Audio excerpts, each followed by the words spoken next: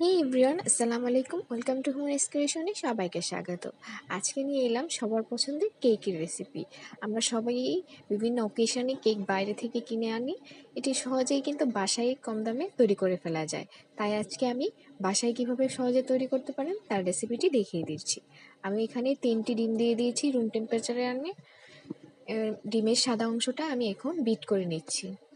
মিডিয়ামে আমি এটাকে বিট করে নিচ্ছি ফোম আসা পর্যন্ত। এখানে 1/3 কাপের 3 কাপ দিয়ে দিয়েছি। এখন আবারও হিট করে নিচ্ছি। আমি অল্প অল্প করে চিনিটা মিক্স করছি আর বিট করছি।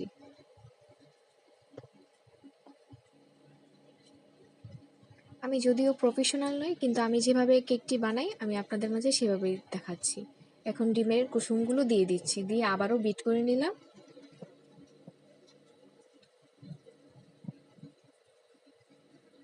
এখন সামান্য তেল এড করে নিচ্ছি, দিয়ে দিচ্ছি ভ্যানিলা এসেন্স, এরপর দিয়ে দিচ্ছি চকলেট ইমালশন।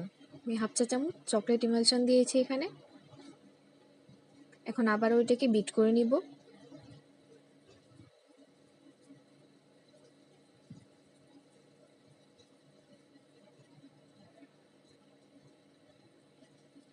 এরপর এটাকে ভালো করে মিশিয়ে নেব। খুব বেশি নাড়াচাড়া করা যাবে না, অল্প একটু করে মিশিয়ে নিচ্ছি।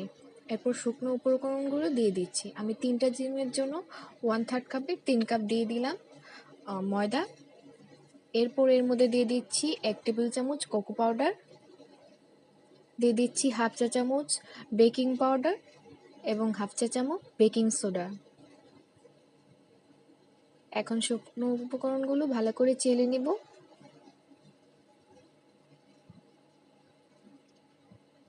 শুকনো উপকরণগুলো সবসময় চেলে ব্যবহার করার চেষ্টা করবেন, এতে কেকটা খুব সুন্দর হয়। এবার খুবই আলতোভাবে আস্তে আস্তে করে সবগুলো উপকরণ একসাথে মিশিয়ে নিচ্ছি। খুব জোরে জোরে করা যাবে না, আমি আস্তে আস্তে করেই মিশিয়ে নিচ্ছি।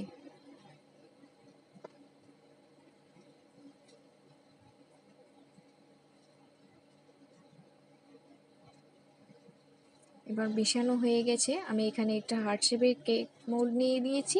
এখানে নিচে তেল ব্রাশ করে পেপার বিছিয়ে নিয়েছি। এখন উপর থেকে কেকটা ঢেলে দিচ্ছি।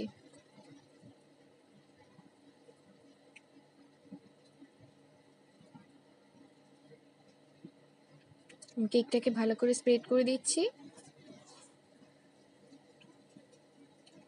এরপর এটিকে ঝাঁকিয়ে এভাবে করে নিব, যাতে ভিতর থেকে যদি বাবল থাকে সেটা ভেসে আসে।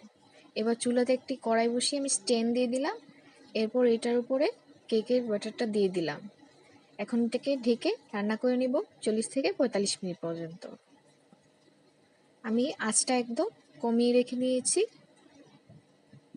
এবার একটা টুথপিক দিয়ে দেখব ভিতরে কোনো কাঁচা আছে কিনা। আমার এটা একদম ফ্রেশ হয়েছে, তার মানে কাঁচা নেই।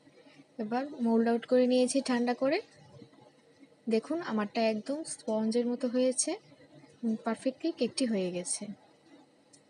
এভাবে আপনারা চাইলে বাসায়ও তৈরি করে নিতে পারেন। কোনো প্রকার ওভেন ছাড়াই এটা আপনি তৈরি করে নিতে পারেন। চুলায় এই কেকটি সুন্দরভাবে হয়ে যায়। আমি এরপর এটাকে ক্রিম দিয়ে একটু সাজিয়ে নিয়েছি। আপনারা চাইলে ক্রিম ইউজ করতেও পারেন, নাও করতে পারেন। ধন্যবাদ সবাইকে আমার রেসিপিটি দেখার জন্য। আল্লাহ হাফিজ।